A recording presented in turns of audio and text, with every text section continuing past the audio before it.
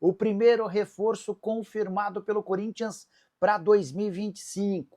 As últimas do mercado, bastidores, finanças e muito mais. Fala aí pessoal, sou Jorge Nicola, bem-vindos a mais um vídeo do canal, sempre bom ter vocês por aqui. Sem perder tempo, só pedir para deixar like, se inscrever no canal e ativar as notificações. Bora mudar de assunto e falar sobre o Corinthians, que enfim fechou o seu primeiro reforço para 2025. O Timão era o único clube da Série A ainda sem contratações nessa temporada.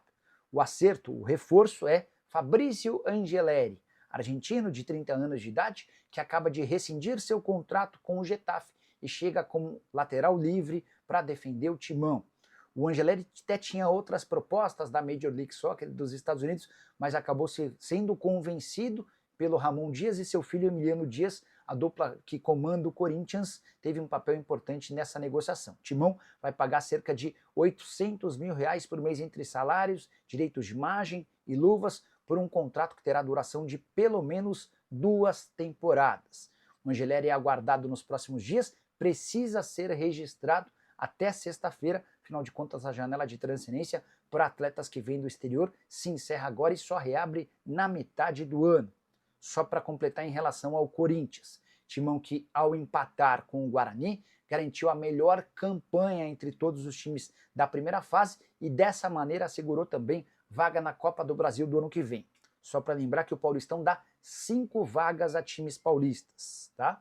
Os semifinalistas, além do quinto time, além do time com a melhor campanha entre os não semifinalistas. Ainda que o Corinthians seja eliminado pelo Mirassol, ninguém terá melhor campanha do que o Timão entre aqueles que não foram para as semifinais. Até por isso, o Corinthians, que no ano passado sofreu demais para conseguir a vaga na Copa do Brasil desse ano, já tem garantida a primeira vaga da Copa do Brasil via Campeonato Paulista. A saideira em relação ao Timão, Corinthians fechou um patrocínio com um aplicativo de gás. Esse patrocínio vai ficar no meio do peito da camisa, assegurando mais dinheiro. Timão que agora pega o Mirassol como mandante, antes, porém, faz confronto contra a Universidade Central pela Libertadores da América, os 2 próximos jogos na Neoquímica Arena.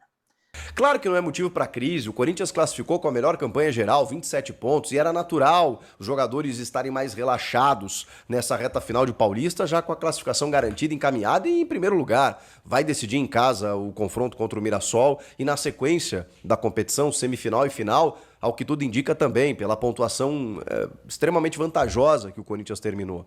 É que os últimos jogos, eles deixaram uma sensação um pouco preocupante quando a gente olha um Corinthians disputando o título paulista, jogando jogos decisivos na Libertadores, ali na frente, porque a gente imagina que o Corinthians vai avançar. Então essa preocupação é que o elenco do Corinthians está nos dando, e também o técnico Ramon Dias com algumas escolhas. Algumas escolhas em que ele daqui a pouco não consegue fazer diferente pelas opções que ele tem no elenco. E aí a diretoria precisa se mexer.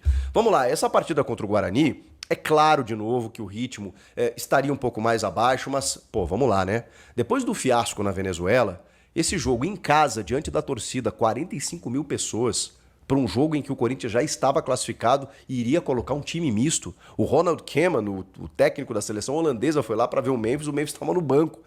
Para vocês terem uma ideia, porque, cara, eu entendo, não tinha que botar para jogar mesmo. Tem decisão na quarta-feira, mesmo que o time seja semi-amador da Venezuela, precisa entrar com todo o gás na quarta-feira para não deixar nenhuma dúvida, né, de que o Corinthians vai avançar.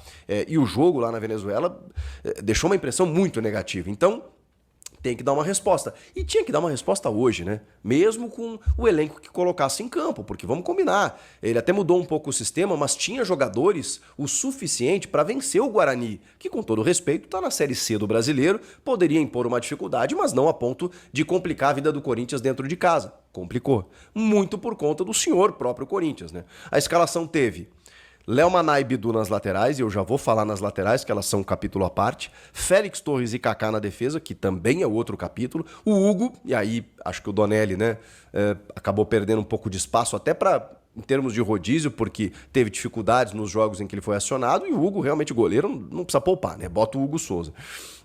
Aí, a partir do meio pra frente, ele bota o Maicon, o Charles como 2 volantes, o Coronado à frente dos volantes como meia e 3 atacantes, Thales Magno, Romero e Héctor Hernandes.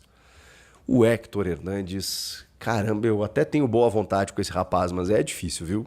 Porque não dá para dizer, né, quando acontece um jogo desse, em que ele começa como titular, não dá para dizer que ele não ganhou chance. Né? Às vezes eu cobrava do Ramon, pô, não dá para analisar muito o Hector entrando aos 41, aos 39 do segundo tempo, o Pedro Raul da mesma maneira.